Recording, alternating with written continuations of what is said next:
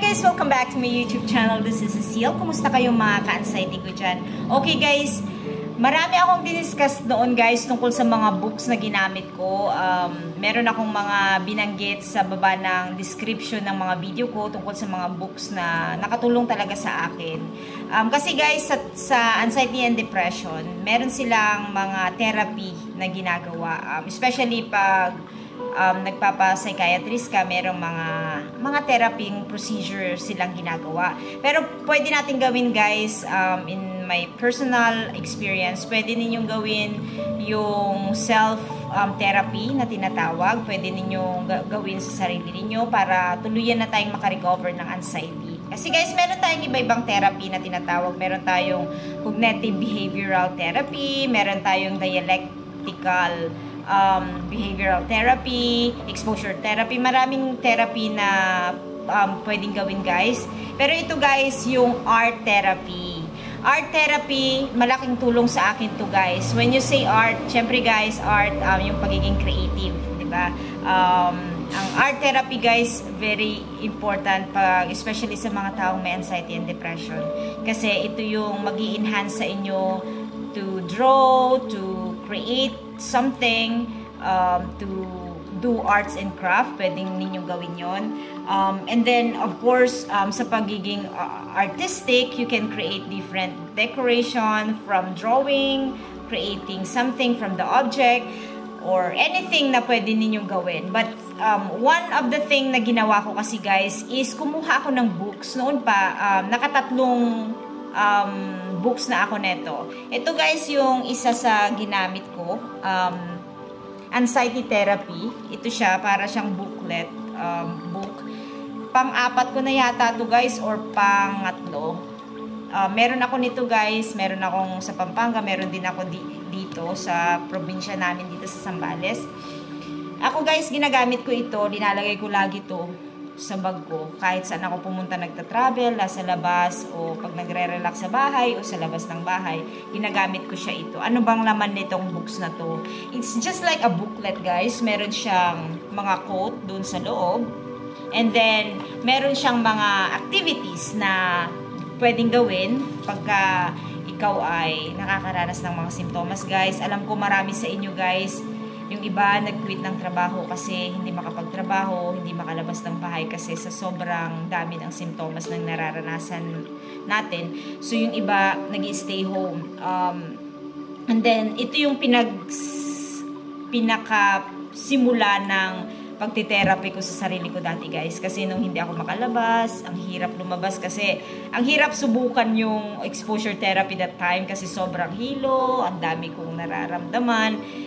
So, nag-start muna ako sa ganito. This is, akala ko noon, ay, books lang yan. So, paano ako makaka-recover? Pero, ito isa sa mga naging sekreto ng aking pagkaka-recover, guys. That's why I wanted to share to you, to all of you who are suffering from anxiety and depression. You can do these activities. May mga quote dyan guys, napakagaganda ng mga quote nito. Merong mga activities dyan guys. You can use color pencil. You can use like pen for shed. Ito guys, ginamit ko. May mga color, yung mga favorite color nyo. May mga ano kasi ito guys, meaning yung mga color na to. Yung, ibig sabihin, when you use coloring, pick your favorite color. So, yun yung gagamitin ninyo dito. And then, ito yung face, pwede nyo i-create. You can use, ako kasi guys, gumagamit ako ng shed. It doesn't matter kasi, pag shed kasi, sineshed ko siya ng pen. Matagal gawin. Unlike pag coloring, madali lang siyang ikulay, right? Sa ano kasi guys, sa pag pen, matagal. So, it makes me relax pag matagal ko siyang ginagawa. You don't need to finish one time. Ako noon guys, pa kunti-kunti ko siyang ginagawa. Pag medyo nahilo talaga ako, hindi ko kaya, gumagawa ako ng konti and then eventually nakakaya ko. So, this is actually very helpful to enhance your brain para hindi tayo mag-focus dun sa nararamdaman natin. So, at least meron kang activity for a few minutes or depende sa'yo kung paano mo i-manage yung time mo to do these activities inside this book. And there are quotation dyan, and then you can like portray your most successful self.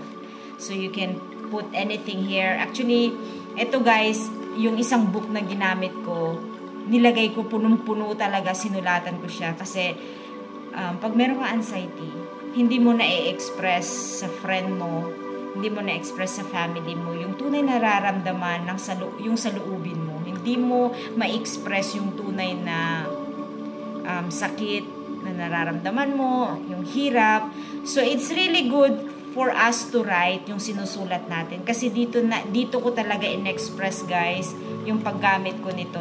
Pang-apat ko to ine-express yung nararamdaman ko na hindi ko nasasabi ng iba sa ibang tao. Hindi ko masabi sa mga friend ko, close friend.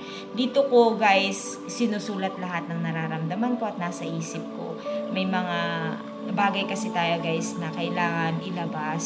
So, from there, sa pamamagitan ng pagsusulat, mai-express natin yung sarili natin.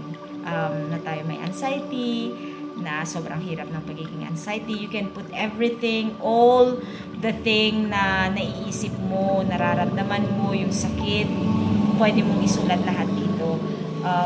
And then, of course, may mga pwede mong i-create ng different color. You can put things here in this booklet and then quote, read the quote kasi ito yung isa sa mga nagbigay sa akin ng inspirasyon to be a positive person maski na meron kang anxiety. And of course, you see this, guys, sobrang ganda nito. You should try. And then marami dito, guys, maraming mga activities dito. May mga puzzle din dito, may mga activities, lahat, bawat pages, may mga quote, may mga babasahin kayo dito, may mga puzzle na related sa anxiety or depression. So it's very helpful, guys, to get a book also kasi ito may activities ito. May mga activities na pwede ninyong gawin maski na nasa bahay lang kayo, especially sa mga may anxiety na nagre-recover pa lang. Pwede ninyong gawin na activities kung nakahiga kayo, nakaupo kayo, or nasa labas kayo ng bahay na nagpapahangin or nagpapaaraw. So very important, guys, is to try different things. Kasi pag hindi natin subukan, i-try na makarecover tayo, hindi tayo talaga makaka-recover. There are lots of things na pwede natin gawin. I've read a lot of books na nakatulong ng sobrang malaking tulong sa akin, guys. Kaya siguro nakikita ninyong ganito ako, masaya pa rin ako maski na may nararamdaman ako, guys. Kasi wala nang ibang paraan na tutulong sa atin kundi sarili natin. Find a way yung mga pwedeng makatulong talaga sa atin, mga paraan na pwede nating gawin para makarecover tayo ng tuluyan sa anxiety.